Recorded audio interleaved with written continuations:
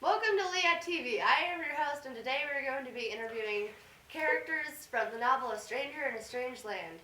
This futuristic science fiction novel is about the legendary man from Mars. He is accompanied by his companion, Jill, and the two of them meet many diverse and interesting characters along their journey to try and figure out what it really means to be a human on the planet Earth. And Mike and Jill face many challenges along their way, such as running from the government, bargaining with the Secretary General, and trying to make it on their own in this scary world. Alright, we've heard enough about this book. How about we start interviewing some characters?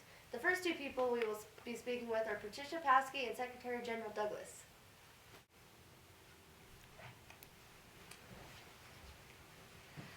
Well, hello there, Miss Paskey. Howdy, General.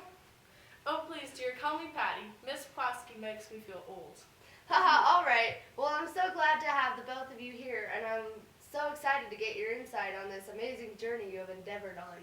Well, I'm on a time crunch, but I'm always happy to tell my story to the world. And me as well. I always have time to talk and catch up with some old friends.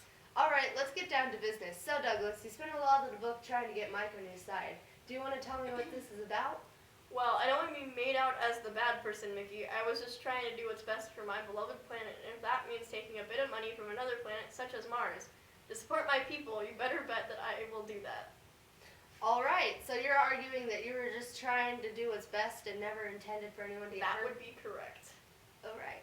Well, okay, another common question is that why did you let your wife have so much say in all the important government decisions you were making? Mickey, don't get me wrong, I love my wife, but I would never leave life and death situations in her hands. I know it was construed as though my wife basically ran my life, but that was not the case, not at all.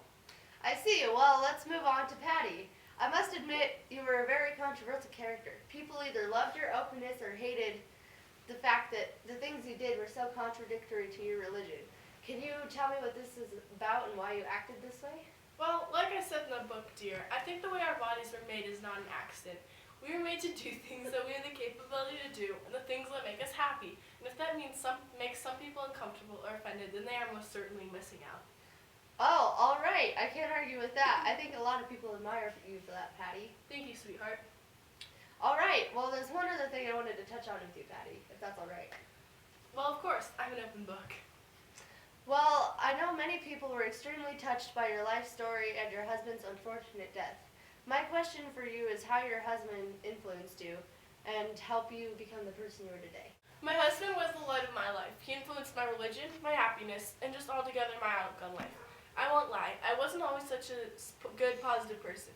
I had no sense of love and no sense of spirituality. Then I met my husband and everything turned around for the better. He taught me that there is no greater force out there and I always have something to believe in. Thank you. Well, Thank you. Well, wow, it's been a great honor having both of you here, and I'm so glad for everyone at Project.m4v. We really appreciate, so thank you. Okay. Well, it's been a great start to our show, but there's so much more exclusive gossip, so don't go away. We'll be back after this quick message from our sponsor. Hello, everyone. To those of you who are just now joining us, we've had a very emotional interview with Secretary Douglas and Miss Patty Paskey from the novel Stranger in a Strange Land. I'm now pleased to introduce Jubal Harshaw and the beautiful Anne. Well, it's so great to see both of you. We're so happy you could be here. Well, it took some convincing from the girls, but I guess I'm happy to be here too. Jubal, I'm sorry, Mickey. He's just a little grumpy at the moment, aren't you, old man? Yeah, I wonder what the reason for that is. You two are too much, and as much as I'd love to listen to you bicker, I have to ask you some questions. Fire away, hun. So, Anne, I know there was some scandalous actions going around in the house with Mike and Jill were residing with you. What was it like living with three other women who all fancied the same man? Mickey, I never said I fancied Mike. He was just an extraordinary kisser, and, well, what else do you need in a man? Oh, yes, but in all seriousness, it was hard. I've lived and competed with other women all my life, but it was never anything like this, where we were also intrigued by one man. I see. So was it hard for you and Mike just decided to get up and leave one day? Well, it was. It was very hard. I grew very close to Mike and Jill, and at the time, so it definitely was difficult. But you know men, they leave and you're sad, and then you make out with the mailman, and then it's all better. That's my girl. Okay, one more question for you, Anne. What was it like being Jubal's witness? Oh well, working for the Soul Coop wasn't always my dream job, but being a vet and a witness, I got to see a lot of things I've never seen before and experience a lot of things the girls did, so that made me very happy. I'm glad to hear that. So, Jubal, let's be frank here. You're a funny guy. You live a lot of men's dreams with 3 young women working for you, and you live in a mansion, for goodness sake. What I want to know is, how was it a big change to have to take on this fatherly role towards Mike? Well, when Mike first told me I was a father to him, I was a bit offended that he thought I was old enough to be a father. But after Mike left and I had time to think about it, I felt much more honored. Mike is an outstanding young man, and I would be proud to be called his father.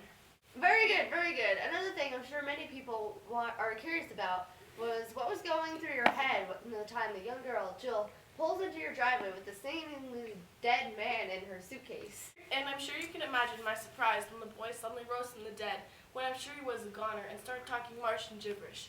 It was quite shocking. Also, I've been living most of my life trying to avoid people and responsibility, and when Mike showed up to my fortress, I knew my life of ignorance and peace had taken a dramatic turn. I'm sure it was. All right. Well, I'm sure you could tell out our crowd loved you, and we're so lucky to speak to the both of you. We're really glad you could make it here. Thank you. Don't go anywhere. We'll be right back after this. Welcome back. We just got done with a hilarious interview with Jubal and Anne. Now for the 2 people you've all been waiting for, Mike Valentine Smith and Jill Brodman.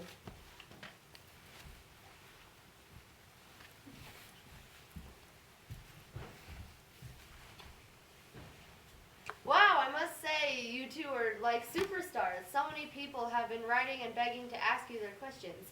It's an honor to have both of you with us.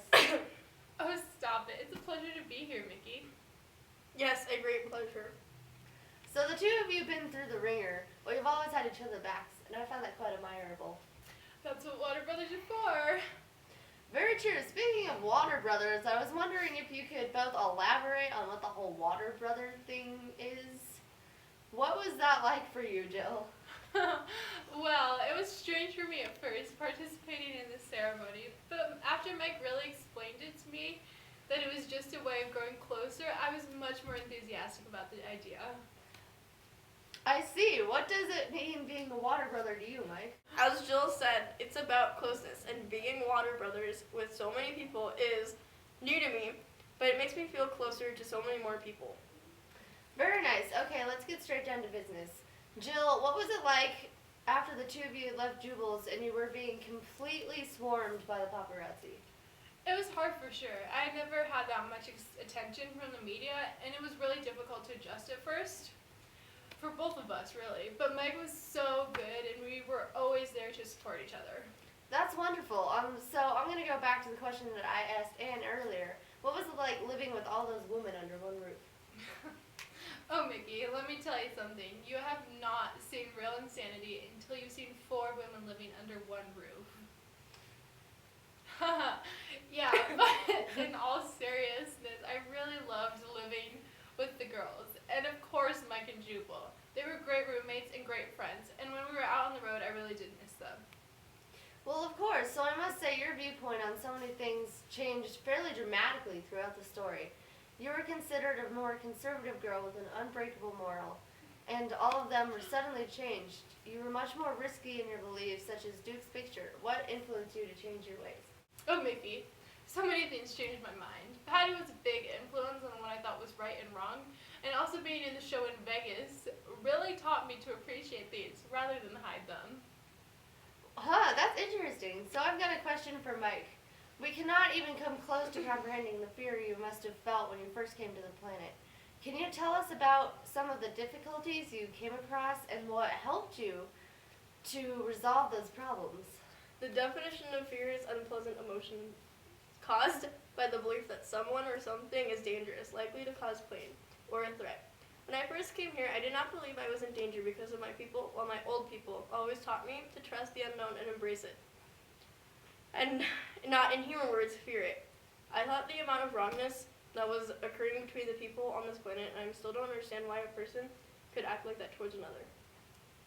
Oh, Mickey, so many things changed my mind. Patty was a big influence on what I thought was right and wrong, and also being in the show in Vegas really taught me to appreciate these rather than hide them.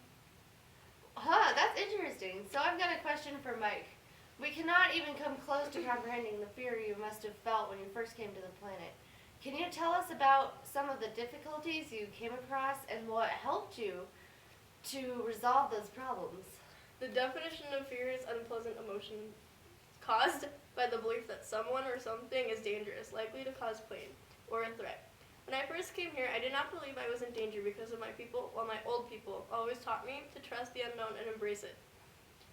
And not, in human words, fear it. I thought the amount of wrongness that was occurring between the people on this planet, and I still don't understand why a person could act like that towards another. As for the conflicts I faced, there were many. First of all, learning the ways and traditions of what was proper and not proper in the society.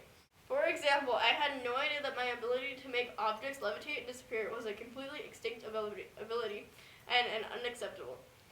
Also, religion was completely a lost meaning to me. On Mars, we had no such thing as religion. Our religion was the idea that the old ones who set the rules and grok all. So it was quite difficult for me to understand and believing in a higher level being such as a god. But thanks to Jubal, Patty, and the pastor, it has been much easier. I see how that could have been a problem for you, and I'm very glad you had such an amazing support system. Alright, I hate to say this, but it looks as though we have run out of time. I can't tell you what a pleasure it's been having the both of you here, and of course the rest of the Stranger in a Strange Land gang. Thank you so much for having us, Mickey. Yes, it is greatly appreciated. Well, of course, it's been great, and from all of us here at Liad, we appreciate you watching, and we'll see you next week when we interview the boys from the Lord of the Flies novel and their traumatic adventure with a plane ride gone wrong. I'm Mickey Mouse. Good night.